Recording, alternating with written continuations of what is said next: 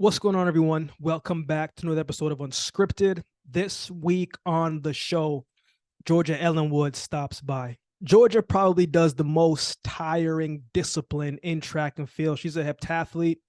7 events in 2 days is basically what that means. She represented Canada in the 2016 World Indoor Championships. In 2018, she won an NCAA title while at the University of Wisconsin. She broke all their records. She was the Big Ten Conference Athlete of the Year. And later that year, she won her first national title at the Canadian Championships.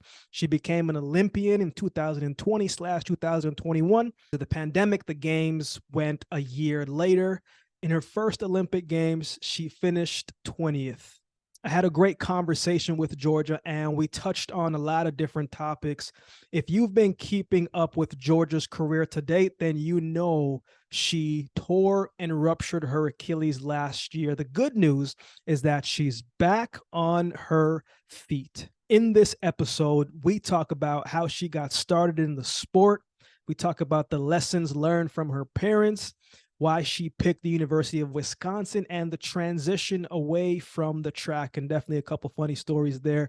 We talk about the tough, truthful words her coach said to her that ended up motivating her to win those NCAA championships in 2018. We talk about the gray area of sponsorship in track and field. We talk about the backstory behind her ruptured Achilles tear and the energy it took back to get on her feet.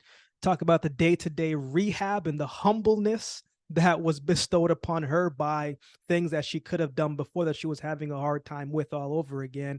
And the mundane process of it all. We talk about the importance of letting go and why she is working on that. We talk about how she picks who she partners with from a business standpoint and collaborates with, and so much more. I mean, so much more. There's a lot of pretty funny stories and insight in this episode as well. But this is an episode I believe you will enjoy. But before we get into the episode, if you're listening to this, I'm hoping you could do me a few favors. One, head to Apple Podcasts and leave a rating and review of the show. This helps the podcast out a ton. Seriously, it helps out more than you know. It takes less than 5 minutes. I'd be truly grateful if you could do that for me. Two, if you prefer your podcast in visual form, you're a visual watcher of podcasts, then you can check out Unscripted with Akeem Haynes on our YouTube channel. You'll find not all, but a bunch of the podcast episodes there, along with this one right here, and a few more clips that'll be chopped up and segmented on the channel as well. And three, if you find any value in this episode, in any of the episodes on the show, then please share it with someone else. So with all that being said, enjoy the episode. Georgia, we have a lot to discuss today, but I like to start the show off the same way every single time. I'm big on gratitude. I think if you're grateful for what you have in life, man, it's hard to really think negative thoughts. So that's where we're going to start today. So Georgia, give me 3 things you're grateful for today. Ooh, I'm grateful for my support system. I'm grateful for being healthy right now. Yeah. And I'm grateful for having a lot of life left to live. I'm excited. Georgia, I was trying to think about, man, how I want to start this conversation. And then I came across this thing about how you started track and field. Now, on the internet, you never really know what's true, what's not. So we're going to play it out and you can give me the full context behind it. But I overheard that you overheard your mom and your dad talking to your brother about track, and then you jumped out and said, yo, sign me up, right? Track and field in Langley, BC.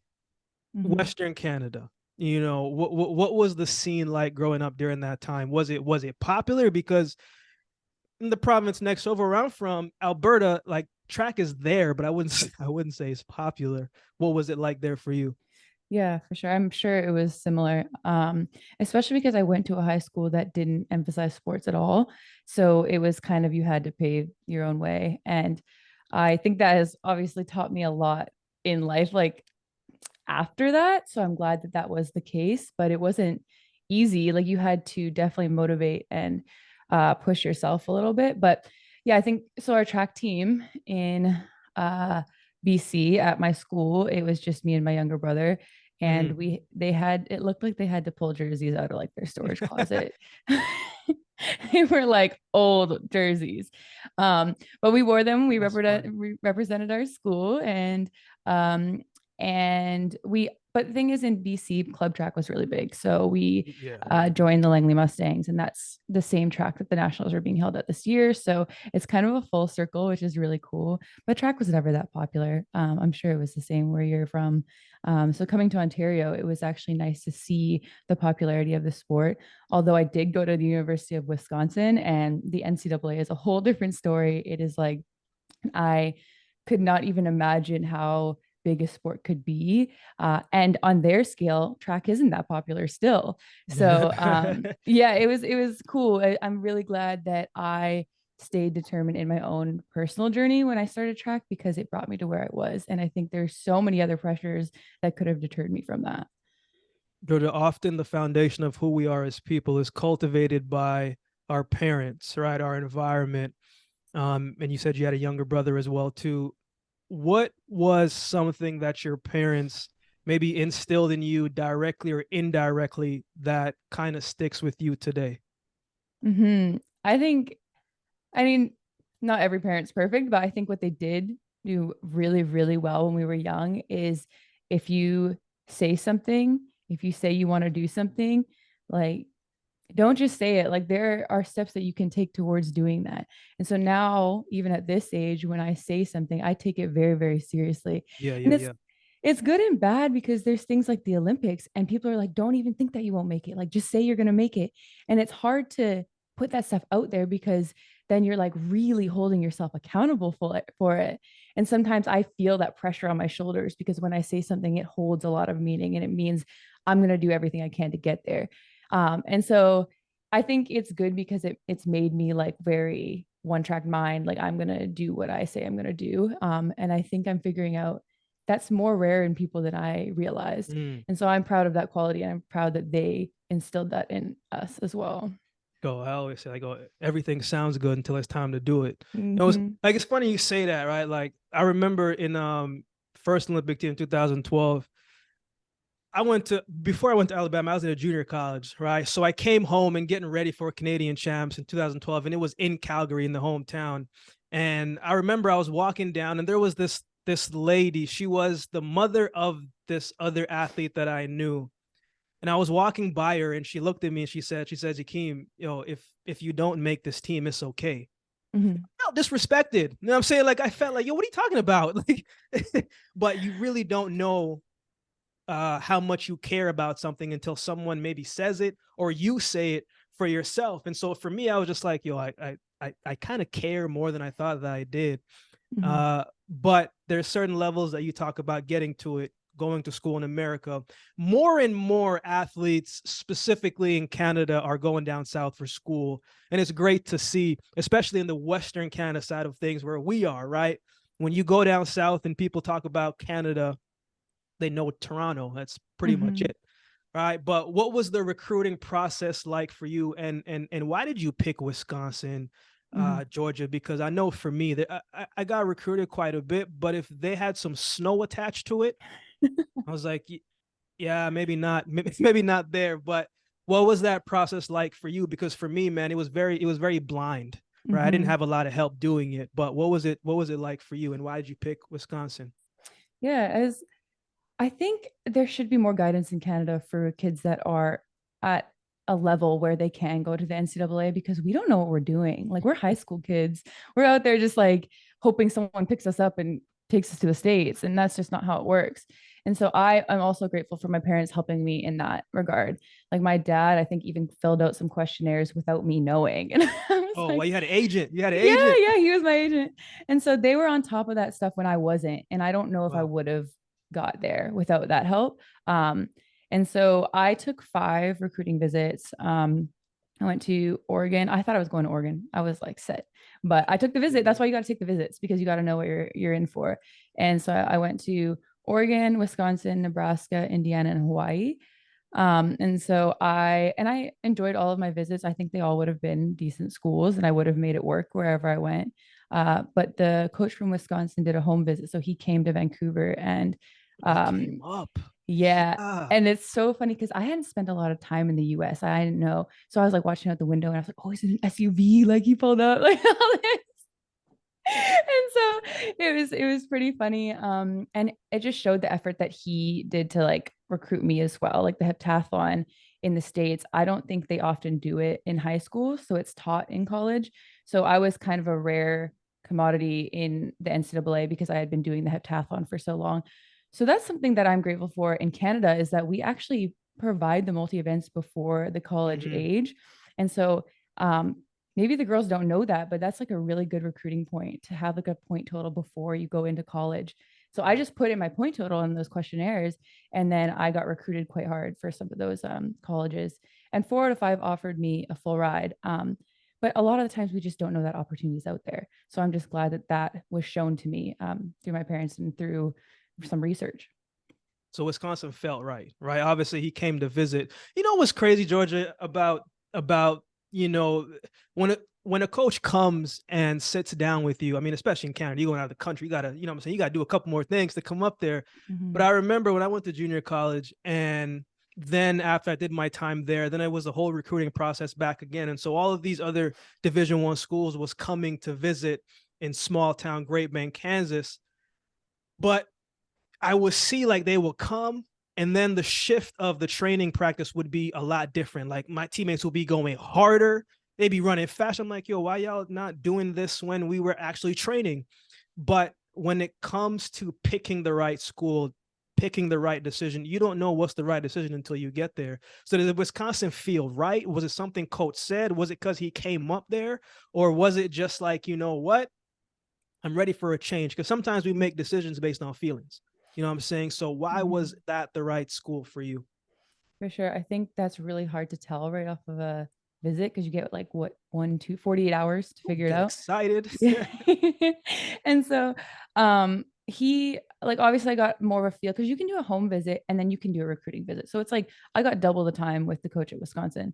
And so I got to know him a little bit in the home visit. And then when I went to Wisconsin, at the time the heptathletes had gone 1, 2, 3 in the Big Ten, and they had a couple girls at the NCAA championships. And I looked at their trajectory. So when they started, what their points looked like, and then how they progressed over the 4 or 5 years that they were there. And every one of them had improved like so much. And I didn't see the same pattern in a lot of other schools. And my ultimate goal was to be the best that I could be at a school and use their resources to get me there. And so I had a great feeling for the coach. He was very candid when he visited. So for them, it's a business. Like they should be acting like, Hey, come on now. oh, yeah. And a lot of the coaches do act like that. They see you as like a product and how are we going to get the most points of this person? And I felt like he was talking about that openly. And I was kind of like, oh, you sure you should be talking about this? Mm-hmm. And things like that. And so I feel like the personality of him represented the personality of the school and it would have reflected well on me. So I chose that school because of the combination of academics. I did care about academics a little bit. Um, and then the pattern and what I saw in the multi events, no one left the school. A lot of people transferred, and the coach looked like he was locked in there for a while. So I could trust that I could work with him for many years. So it's never going to be easy though. Like no matter what school you pick, it's a huge culture shock for Canadians going to an American school. And there's just like so much more. Everything's extra, and you can get like tempted by the little things like the cafeteria, like the social life, all that kind of stuff. So it does take a while to get adjusted to it. But I think if you just say, like, I chose this school and I'm going to make the best of it, like it's no one else's fault but mine. If I don't, then you can adapt and you can make it what you want. Yeah, I mean, I think I tell people all the time, it's like, yo, it's as much as they're recruiting you, you're doing the same thing. All right. And if I need to know what I need to know what workouts looking like. Because if the workouts aren't looking like what's gonna help me, I'm sorry. I just can't, I can't Mm-hmm. come there. You know, you talked about something, Georgia, about the culture shock, the transition, right? So we Mm-hmm. get to Wisconsin, right? I know you're an outdoors person. You didn't see much outdoors there. right? But transition can be tough, right? It can be a culture shock. It can be a classroom shock. It can be a side Mhm. shock. And honestly, sometimes it takes you a while and you kind of lose yourself along the way, right? Mhm. Because first year, schedule is crazy, but you also want to do other things away from your sport too. So you're getting invited to a bunch of different stuff, especially in the off season. What was Mhm. the transition like for you away from the track? Were Mhm. you grounded through it all, or were there some things that you had Mhm. to work through? Yeah, 100%. I think that was the part that I was the least prepared for. I was prepared for what the training was going to look Yeah, like. yeah, Like I yeah. was prepared to meet teammates and show up at the track. Even the classes, like I can manage a busy lifestyle. I think it's just when you're in a dorm, especially your freshman year, they put you in a dorm with all other kids and all other athletes, and everyone's excited. They don't got their parents there anymore. So they're just like, we Freedom. can, yeah. And they give you, so for my school, they gave us a card that had like almost infinite money for the cafeteria on it. Hey, So come you can on, go man. down. Yeah. It's so dangerous. Like we're athletes. We got to stay fit. Yo, And then instant our, 10 pounds, instantly, instantly. oh, and you don't even notice it. You're just like, oh, I'm hungry. I'm going to go eat. But the food in the cafeteria is like everything's fried and you're not going to eat a salad every day. So holding yourself accountable for that stuff when your parents did for so much of your life is really hard to adjust because you feel like you you have to finally like implement self-discipline in all aspects, not just on the track. For me, Mm-hmm. I did that on the track, but in other areas I felt like I was free to do whatever I wanted. Maybe I took advantage of that a little bit too much. um Not necessarily in the social life, I guess. Like obviously there's things that were tempting, but I've kind of, even in high school, like I did things that a lot of other kids didn't anyways. um but yeah, there's definitely a lack of, no one's telling you where to go, what to do in your off time. And so that choice is yours, and I think it takes a couple years to realize my off time is valuable as well, and if I want to put that into where I want to go in life, I got to make some smart decisions. And when you're 18, 19, you don't make super smart decisions. So I can't say like, I don't think anyone goes into college and makes those decisions right away. And I think it's almost important to go through that curve to learn. Is is saying no easy for you? Usually it is. And I think maybe I'm saying that now because it's easy now and I'm more mature. I'm not sure if it was back then. And I think I blamed a lot of things on external sources. So, oh, I'm not running fast in the hurdles. It's because my weight training isn't good, or it's because I didn't say it's because I'm eating like crap and I'm not sleeping, you know? Yeah. And so it was just so much easier to put that blame on other things. And I think I'm taking accountability for those things now, maybe too much. And so I feel much more self-aware, and it has, I think those experiences definitely helped me and made me probably a better athlete, but definitely a better person. I got to college at Alabama and like I realized like the small things matter that much more. And when you are in the NCAA system where everybody's kind of a freak of nature, right? There's the talent and the distance it takes to get to that mark that you want to get to. It's a lot of small things. And so for me, man, I had always been disciplined, even as a high school kid. Like my mindset mentality was just different, just because of how I grew up.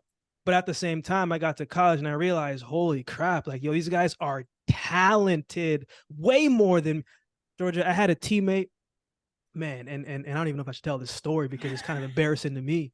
Yo, I had a teammate, Georgia. It was my last year. It was my last year. And one of the biggest shifts that I made from the year before was the weight program. I put on 10 pounds. Like when I lift, I gain weight easily. So in the off season, I'm like, you know what? I've been here a year now. I'm gonna Mm-hmm. lose weight. I'm gonna come in 5 to 7 pounds underweight. So when we lift, I'm gonna be good. Mm-hmm. So that's what I did. So I'm coming into this year feeling good.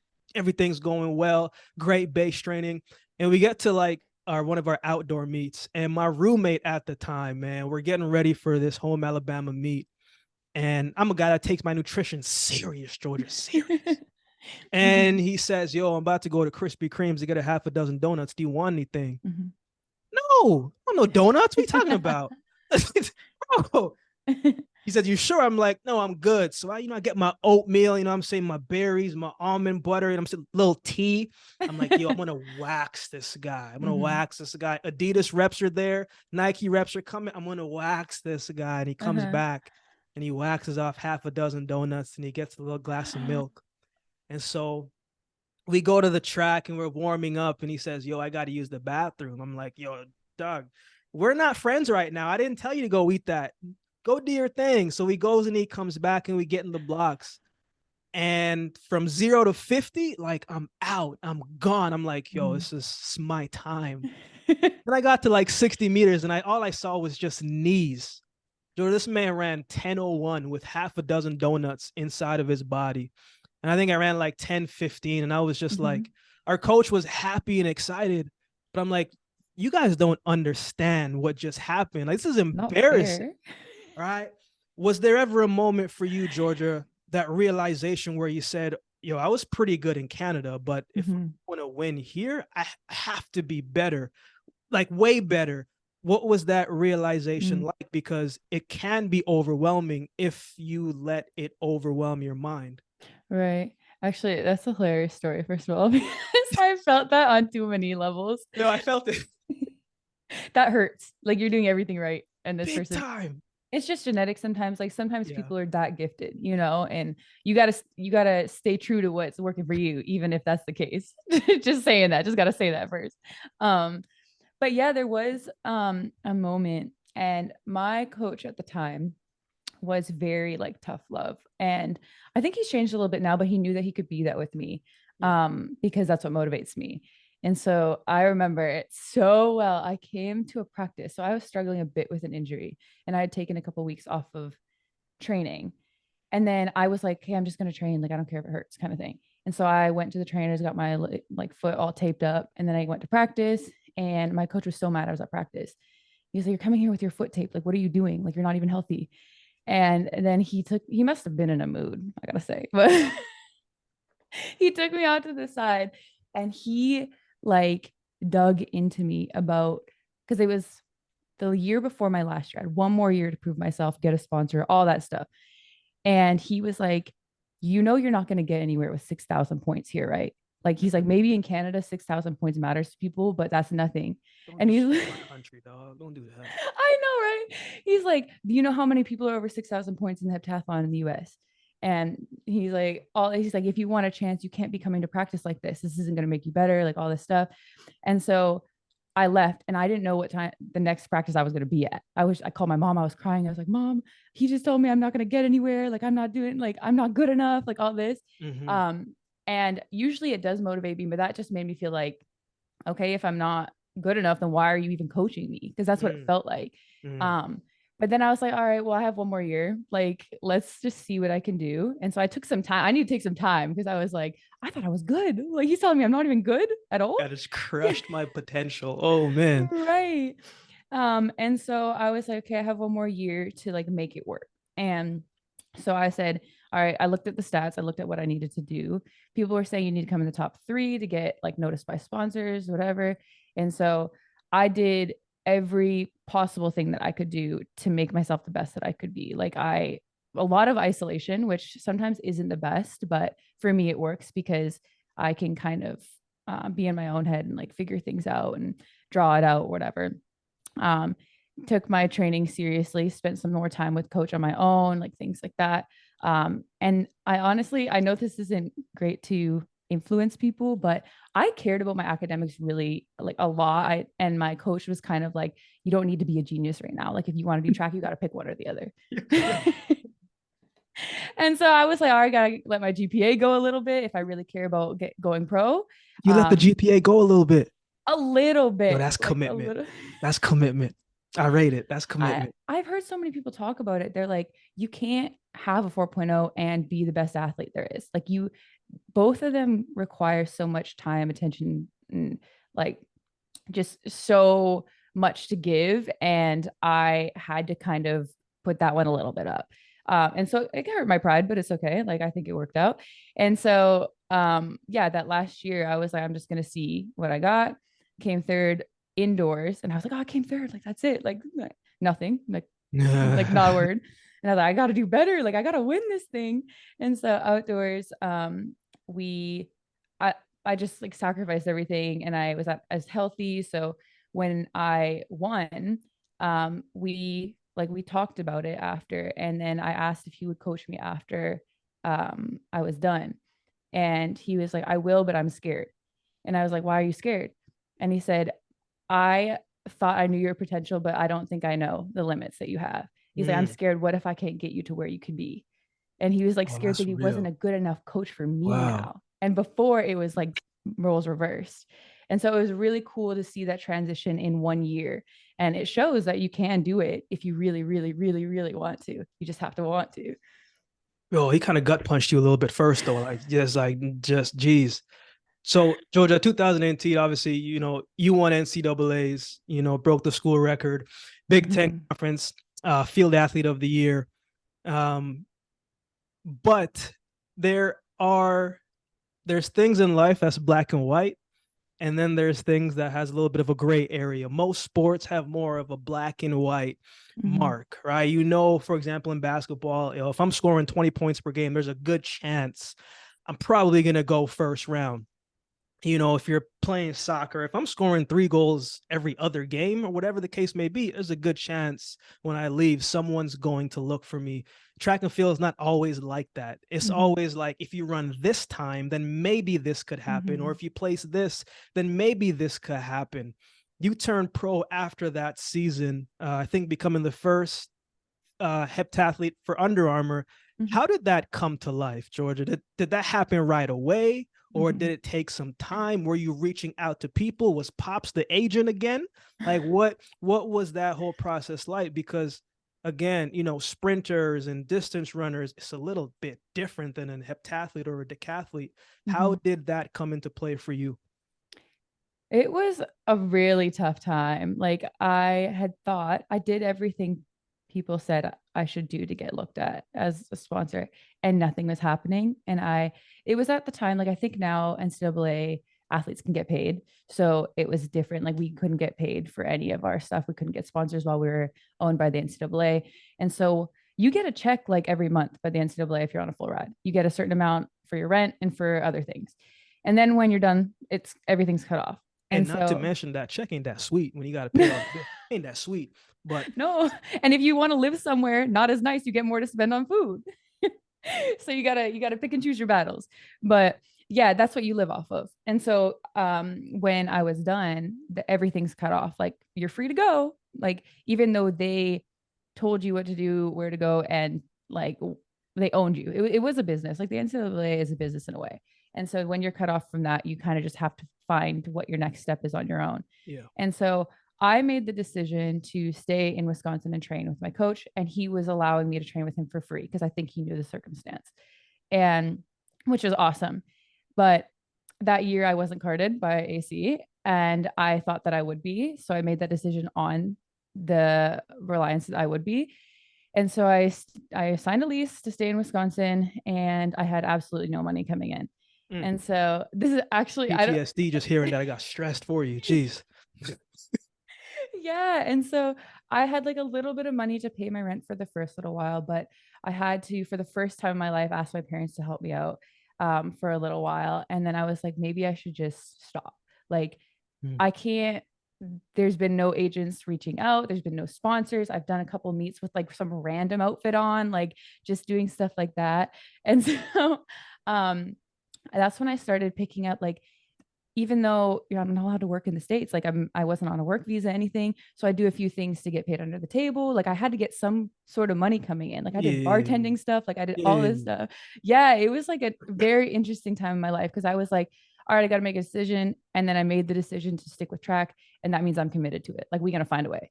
And so I think what people don't realize is, especially for track athletes, when you're trying to stay dedicated to your sport, you have to find a way to properly fund what you want to do. Like that's not your sport. You're doing another job to fund what you want to do. And that's Mm-hmm. like a really harsh reality for some people. And I was living that at the time. I remember I Ubered to my physio and I didn't have enough money to Uber back, and I had to like jog back. Yeah. Light And cool down. so, Light yeah, cool. yeah, it was like 7 kilometers or something. Um, yeah, so that was interesting. And then I got a call from someone named Rob Mackay, and I didn't know what an agent was at all. He's like talking about all this stuff, and I was like, my parents were on the phone. We had him on speaker, and I was like mouthing things to my parents, like, "What does he mean? Like, I don't know what's going on." Um, and so I wasn't sure if he was going to be like my track agent, like getting me into competitions, because that's what I've heard from other people, or if he was going to get me deals. I didn't know what an agent did. But he sounded legit. I was like, all right, like let's talk a little bit more. I did some research on him. He broke away from like a bigger agency, so he's kind of newly on his own. And I'm still with him now. So it was a really good decision. There was a couple other bigger agencies that reached out, but they didn't give me the same type of vibe. It was kind of like the visit to Wisconsin, just kind of fit. And I'm really glad that I made that decision. And I probably had a 8-month period where I was figuring it out, and I was like trying to make my rent and do all that crazy stuff. And then he was talking to somebody at Under Armour, and we figured out a deal, I think, at the beginning of the year in January for 4 years. So it was a really good feeling. And I was like, all right, we in this, like we're actually doing this, and I can settle down a little bit. So I just thought that would come right away. And I had Mm. almost a year of wondering what would happen and wondering if I should stick with it. Mm-hmm. You said a lot of interesting things right there. Mm-hmm. And, I'm sure looking back now, some of it is probably funny, but back then it absolutely wasn't. Uh, when you had to ask your parents for help, man, did you feel embarrassed about that?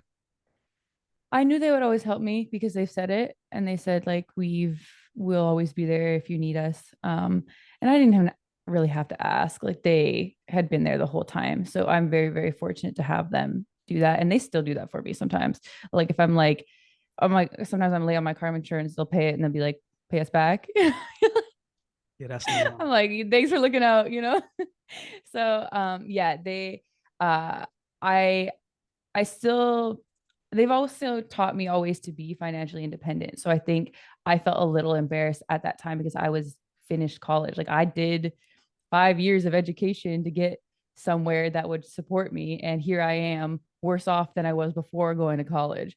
And so I knew they always believed in me. That's the thing. Like they never once doubted that I would get somewhere, because even when I was lacking like the financial resources, I picked that up in other places somehow, even when I wasn't able to with like the work visa and things like that.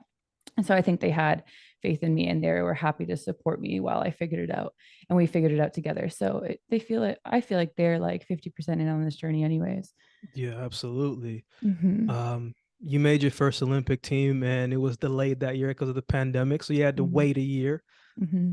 But what was that experience like for you, Georgia? And I asked this with the understanding, uh, was it everything that you wanted it to be or thought that it was supposed to be? Mm-hmm. Yeah, that's a good question. I haven't heard that one before, because I the Olympics certainly wasn't because of the COVID, and it was actually torture. Like to be completely honest, Like I the didn't whole like the whole process of it that year? not the whole process that year. The qualifying it was a great year for me, and I was really in a good place with my fitness and where Yeah. I was scoring. But I was I didn't have any marks from the year before. So that year was, yeah, that year was like, all right, we got 3 competitions to really like see if we can do this. Um, and we had 4, and the last one got canceled while I was at the third. And so I was like, Mm. okay, this is the last one. Like we got to do this. And it was looking like, even my teammate Pierce, he was like, I gave you like a like a 70-30 chance, 70% chance of not making it, 30% chance. And I was like, you're supposed to be my teammate. Like, come on. And somebody got to be honest. Somebody got to be honest, partial hater, and then somebody else. And realistic. Like, true, fine. Like, it didn't look like it. In that meet, I was ranked 13th going in. I had to win it. So I Yeah, understand. Like, I understand. he meant well, just wrong timing. He didn't read the room. He didn't read Yeah. the room. but that's okay. Like, I'm like, that's been my whole life. People are like, oh, there's no way, and somehow I keep showing up. So I feel like that year was just like, I'm going to just give it all I have. Like, I think I had to remind myself so many times to put the fun back in the sport, because the pressure of making the Olympics is like, it's insane. And the weight on your shoulders is very, very heavy, because other people they're like, do we buy our tickets? I'm like, I don't know. Like, I don't know. I hope. And so you don't want to disappoint yourself. You don't want to disappoint others. And you don't want to deal with the down after if it doesn't work out, because you put all your eggs in that basket. You can't afford to not. And so you push only one way. Like, the train is only going one way. Mhm. And so I am just happy for me that it did work out that way. And I think my saving grace at that competition was to say, I chose the sport. Like, I've been doing this for many years. This, if I think this is a do or die test of who I am and what I do, then it's not going to be fun. I have to say, I'm in good shape. I'm capable of doing things I don't even know. I can't put numbers or times or heights or anything on what I'm doing. I just have to see what I can do in every single event. So I went into each event not having anything placed in my head. I was just like, I'm a good athlete. Like, let's just see what I can do. It was almost Mhm. like I took it back to the PE days when you were like doing a broad jump and you're like, I think I could jump farther. You know what I mean? Yeah. And so I was trying to look at it like that. And it actually was fun. Like, a lot of the athletes, I didn't have a coach. I didn't have my teammates. I had my parents there. It was just me. There's one moment in the long jump where, and it was in Germany, so no one spoke English. And I'm doing these long jump run throughs, and I'm like, no one is watching my step. Like, no one is telling me where I am on the board. So I go into look up in the stands. I'm like, did you see my foot on the board, to one of the Oh, people? just some random person. Oh, did I look nice? Hey, that's his time. There's a lot of track and field coaches. Like, that's his time. Some spectator. I was like, did you see my foot on the board? And He's they were like, like, yeah. And so I just thought I was like, you know what? If I make it or if I don't, this would have been the most fun competition and the best test of what I do. And let's just make it that. And when you're in that mindset, things happen. It's hard to get in there because you're like, other things put pressure on you. But it worked out for me. And it allowed me to go to the Olympics. But when I qualified, I was like, oh, I got to do one more. Like, that was all I got. And now I made the Olympics, and I was like, we have to do a whole another heptathlon in like a month. And yeah. so that was tough, but and I think I was really worn out by the time I got there because I used all of my energy to qualify. But the experience is really worth it, and I think hopefully next year, if I get another chance at it, then I'll be more of a veteran in the area. It's funny you talked about having fun. Like, I was thinking about that like years ago. I was giving this presentation. I was just like, yo, the last time I remembered having fun in track and field was like high school, Mm-hmm. right? Because then you have the thought of, yeah, it's supposed to be fun, but then it's a business, right? And then Mm-hmm. once you care about running well or jumping well, it becomes this subconscious heaviness that it's like, yo, another week I didn't hit the mark. Yo, I'm kind of, is it me? Another Mm-hmm. week you don't hit the mark. Okay, it must be somebody else. Another week you don't hit the mark. You're just like, dog, what is going on? This ain't fun. It ain't Mm-hmm. fun getting waxed, but it happens. These past couple of years, Georgia, have been a little tough for you in many ways. Mm-hmm. With the pandemic hitting, every year for the next couple of years is a championship year, which is great, Mm-hmm. but it's tough. Last Mm-hmm. year you ruptured your Achilles. And I want to read this, Georgia, something that you said. Let me just Mm-hmm. find it. You said, I know this is a long recovery. I need to shift my priorities. I have a lot of inner demons to fight right now, but I know myself and I know I will battle to be on the top again. There is nothing that I cannot do and I can't prove, and I can't wait to prove that to myself. Walk me through that, Georgia, because you've had some Mm-hmm. injuries before, but man, this is a tough one because it's one thing to be optimistic in that moment, right? Mm-hmm. But the feeling fades. And when you ruptured your Achilles, got the surgery, you're probably high on the meds a little bit, you're feeling good, but then you got to go back and then you got to go to sleep and then you got to wake up and you got to look down and say, holy crap, this is an injury also, Georgia, that has taken out a lot of people. Donovan Bailey comes to mind. Christian Taylor dealing with the same thing. How did you handle the day-to-day battle of finding the strength to get back up to be you again? Mm-hmm. Yeah, it was, I'm not gonna say it was easy in any way. And even that, it's like I was saying that probably crying, like being like, I don't want to do this, Yeah. but I can't put that out there. People don't want to hear that, they want to hear that I'm willing to get back up again. And even if I didn't feel it at the time, I knew I would be willing because of my character. It's just hard to process initially. Because I was hitting PBs like every week, and that happened. And I'm like, I have to just let this go. Like I have to sit here with this cast on my foot, knowing I'm in the best shape of my life, and just let it ride out.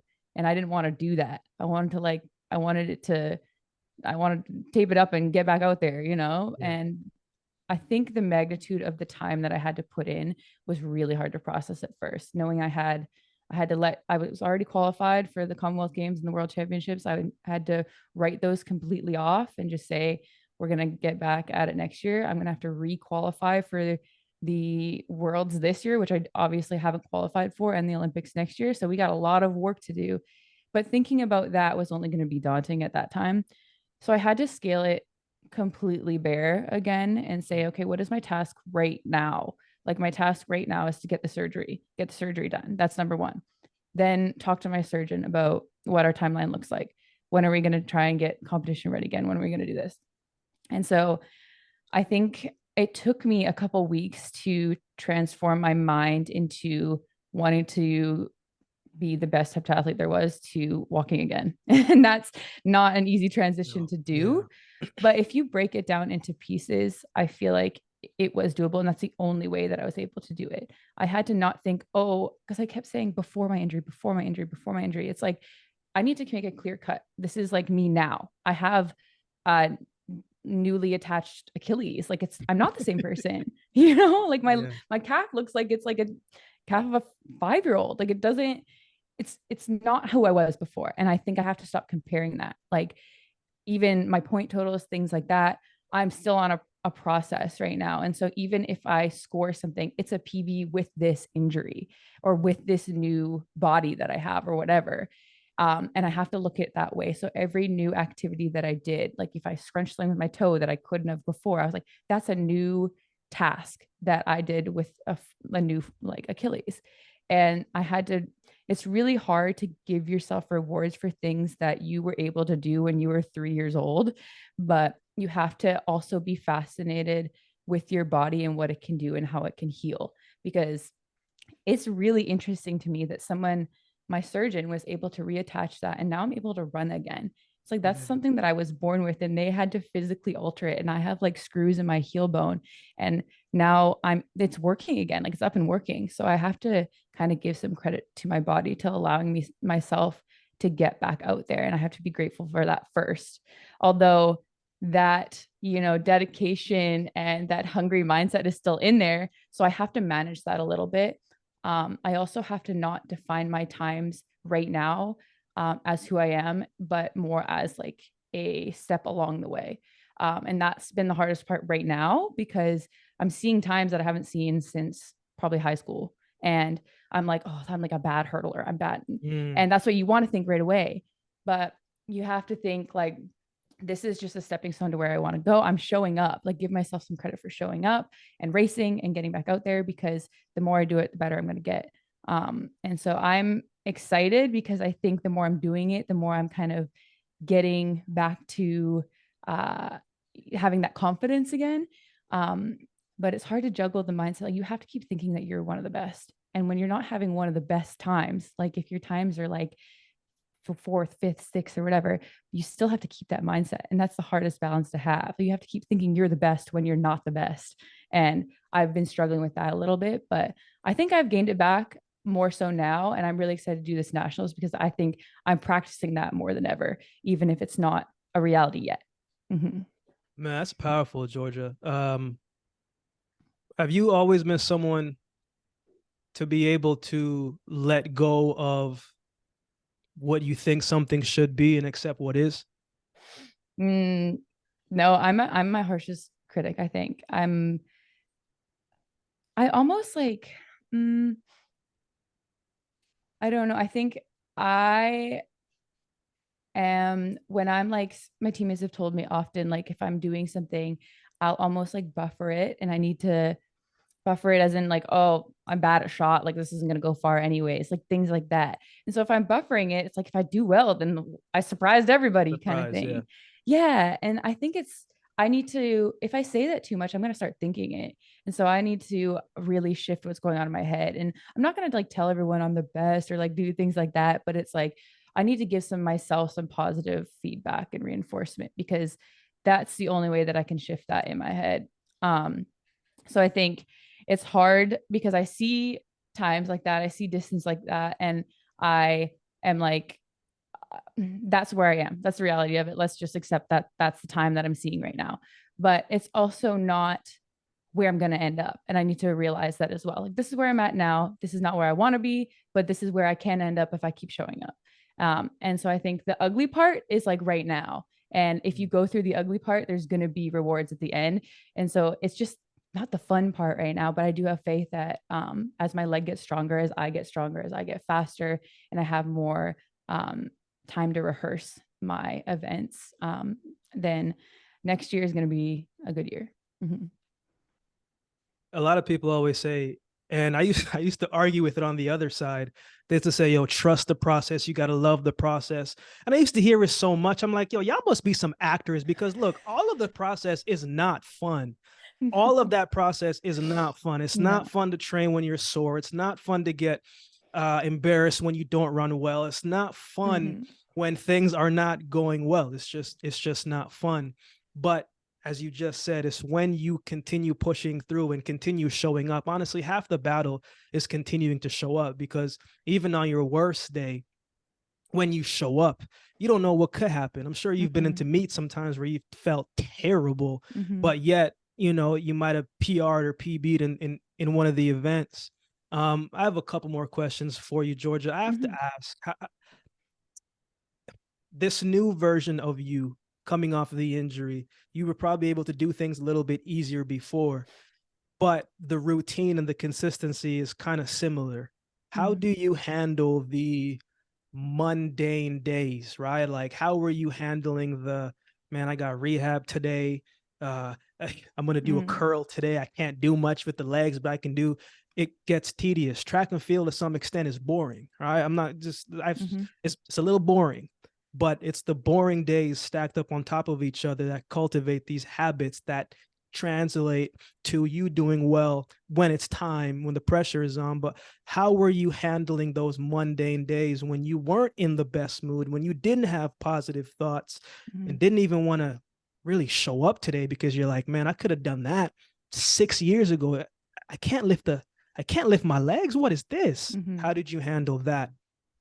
Yeah, I think about that a lot because I went through weeks and months of that. Like, I think the hardest thing with this injury is the time it takes to recover. And also, it doesn't work in a linear way. Like, it is so inconsistent. Like, you'll be able to jog one day and not be able to stand on it the next. And you can't understand why. And I think No. that's the most frustrating thing, because you think you're making progress and then it takes you back to the start again.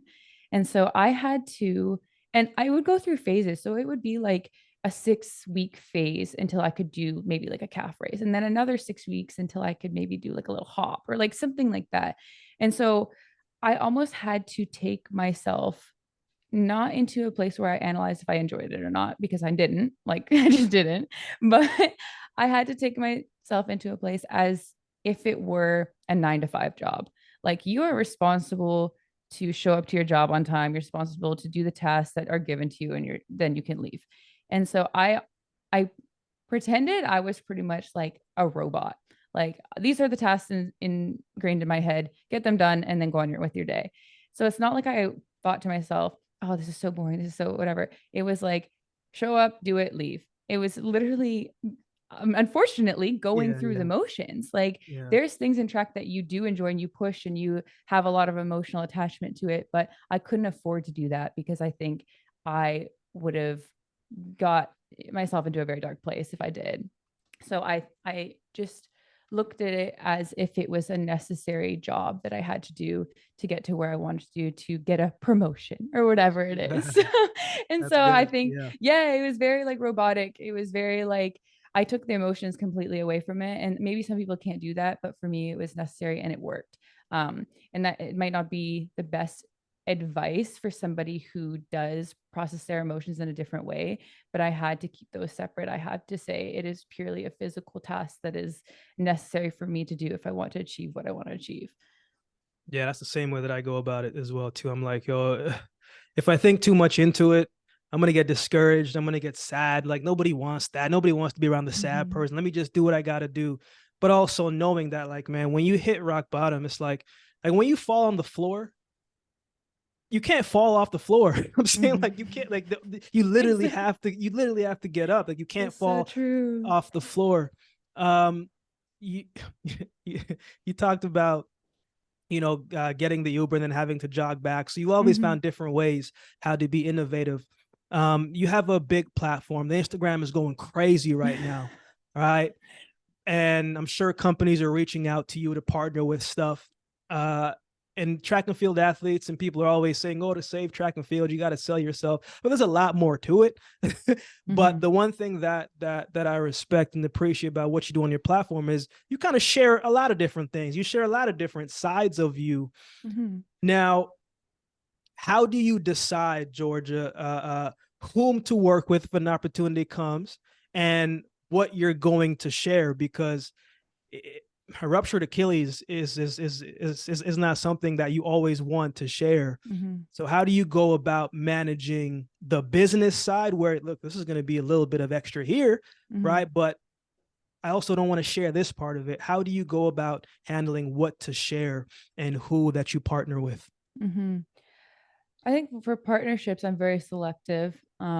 I mostly only do long-term partnerships, and we have many, many behind the scenes discussions with that partnership before. And I'm very involved as well. Like my agent does a lot of the negotiations and a lot of the work, but I make sure that I'm on the calls as well. I like to meet people face to face, like to have conversations with them. And it's just as much like they're getting, they see the value in me and I see the value in them. Like it is definitely like a team thing. And so I like to be very involved with the brands that I work with. And there's so much going on before we even sign that paper. Yeah, Like yeah, it's not, it's a business, I understand, but at the same time, like I am happy to decline deals if I don't feel comfortable. Like it's not all about the money for me. It's about you're promoting yourself, you're promoting what you want to reflect to other people and what how you want others to understand you. And so I care about that, and I care about how those partnerships make me look and if they align with my life. And so I think the ones that I'm with right now do, and if they didn't, like I would be okay to like terminate that. Like there's, yeah, yeah, I yeah. think it's okay. Like you can be as picky as you want to. And I'm fortunate because if I do have like a large enough following that I can be selective, then it's obviously that's like a big plus. Um, but yeah, I think social media is difficult because you do want to keep a part of yourself to yourself and to your close people in your life.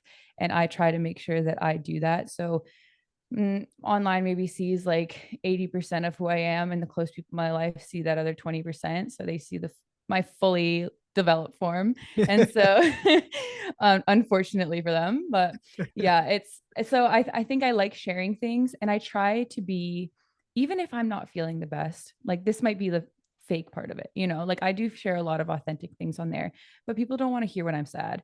Like that's the things that I process with my close people or with by myself or whatever. Uh, and if online is supposed to be a influencing platform, I want to motivate people. I want to show the hard times, but show there's a way out of it.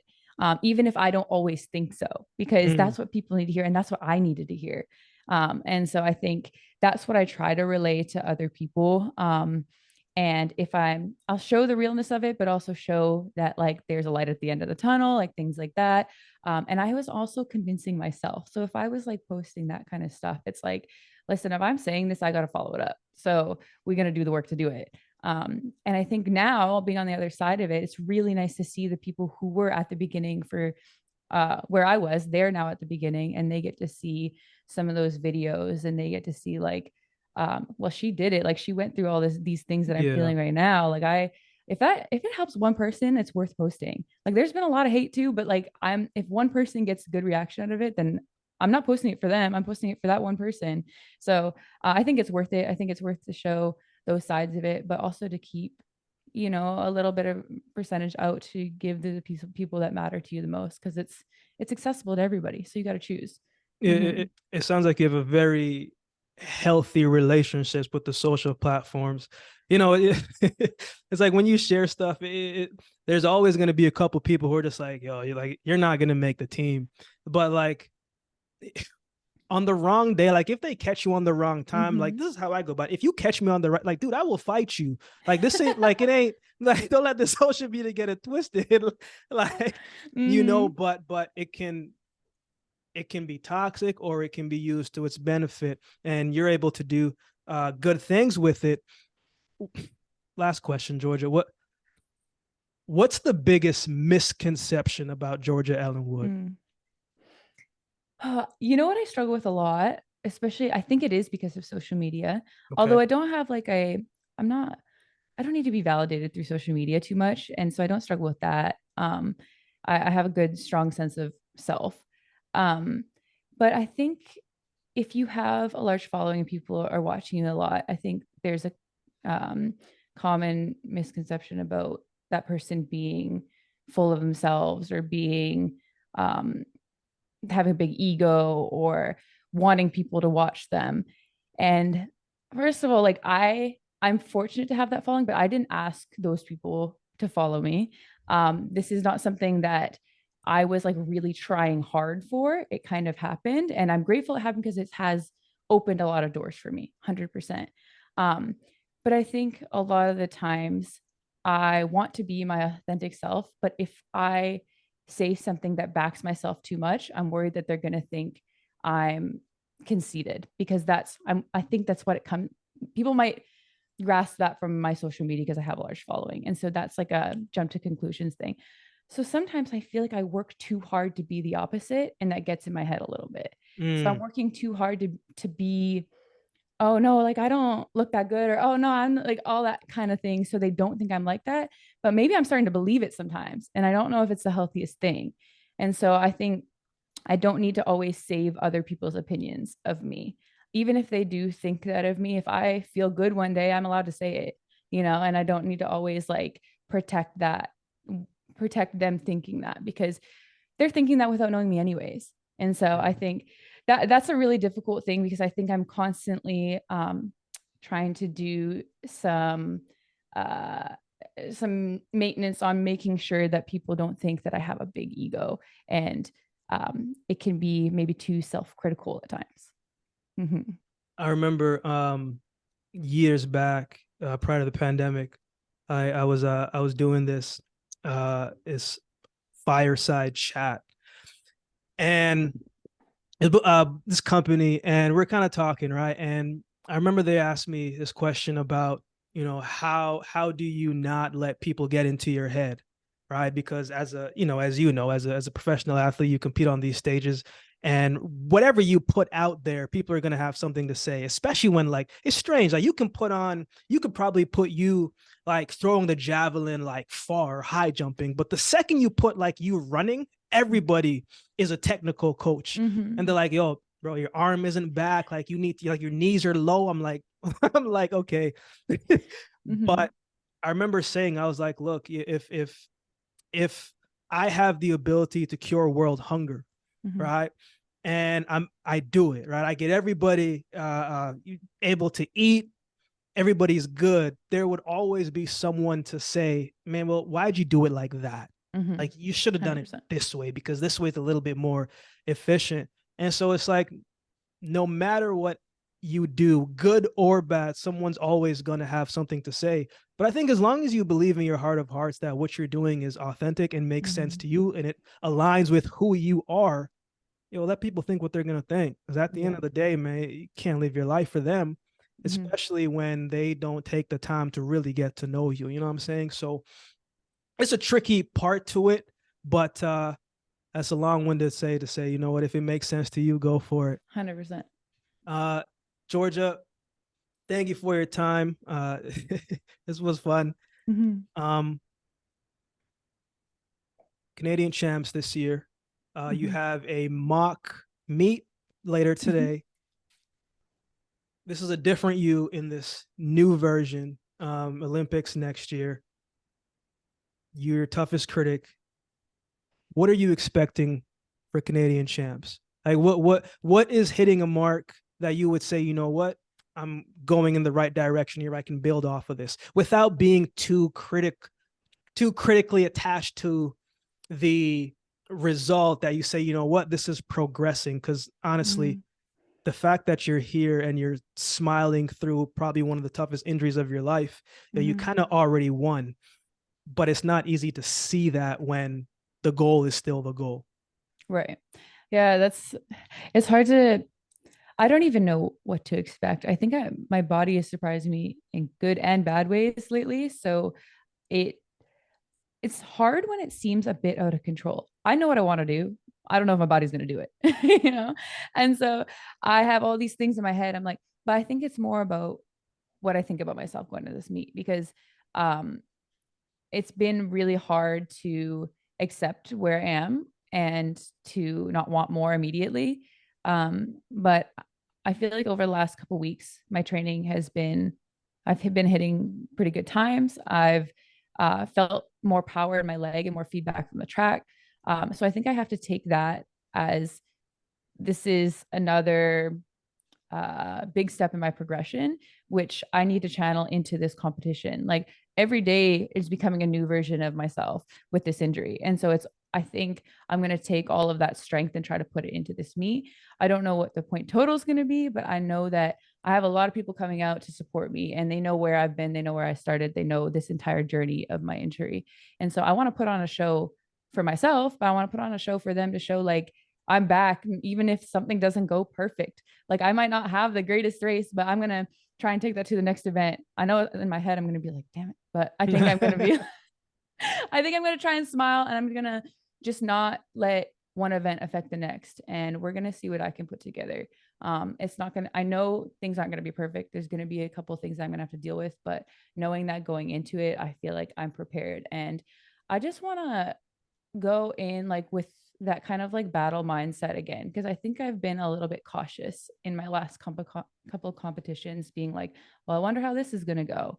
But I just want to go in on the line and be like aggressive and attack it. And I think I haven't done that yet. So we are leading up to it with that mindset and we're going to see how it goes. After I tore my quad, the one thing I told myself, because I was very hesitant coming back to it, I'm like, yeah, I can't do this again, bro. Like, I just can't go through this again. Mm-hmm. But then I said to myself, I'd rather tear my quad again than to come on this track and give a shell of myself. Mm-hmm. You know what I'm saying? Because if I came on and give a shell of myself, I'm not giving my full effort.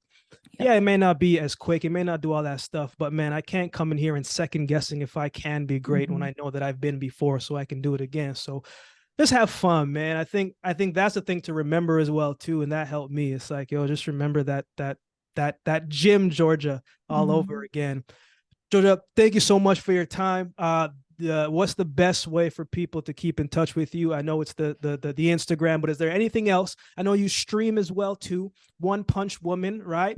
I know about that because my brother used to watch the show, and Mm-hmm. that guy's kind of strong. Now I don't know what his workout routine is, but where else can people support and continue to follow along the journey? Mm-hmm. Well, I think yeah, Instagram and probably Twitch are the main forms right now. But also, if you're in BC for the nationals, come support. It's from the 27th to the 30th. I actually have a code. I think it's Georgia 15 if you want to get tickets, so you can get a discount on the tickets. I compete on Thursday, Friday, bright and early, and I'll be there all day. So so you can come support if you're there. It's gonna be a good time. So yeah, that's the latest. Georgia, thank you so much for your time. We'll be in touch. Okay, thank you so much.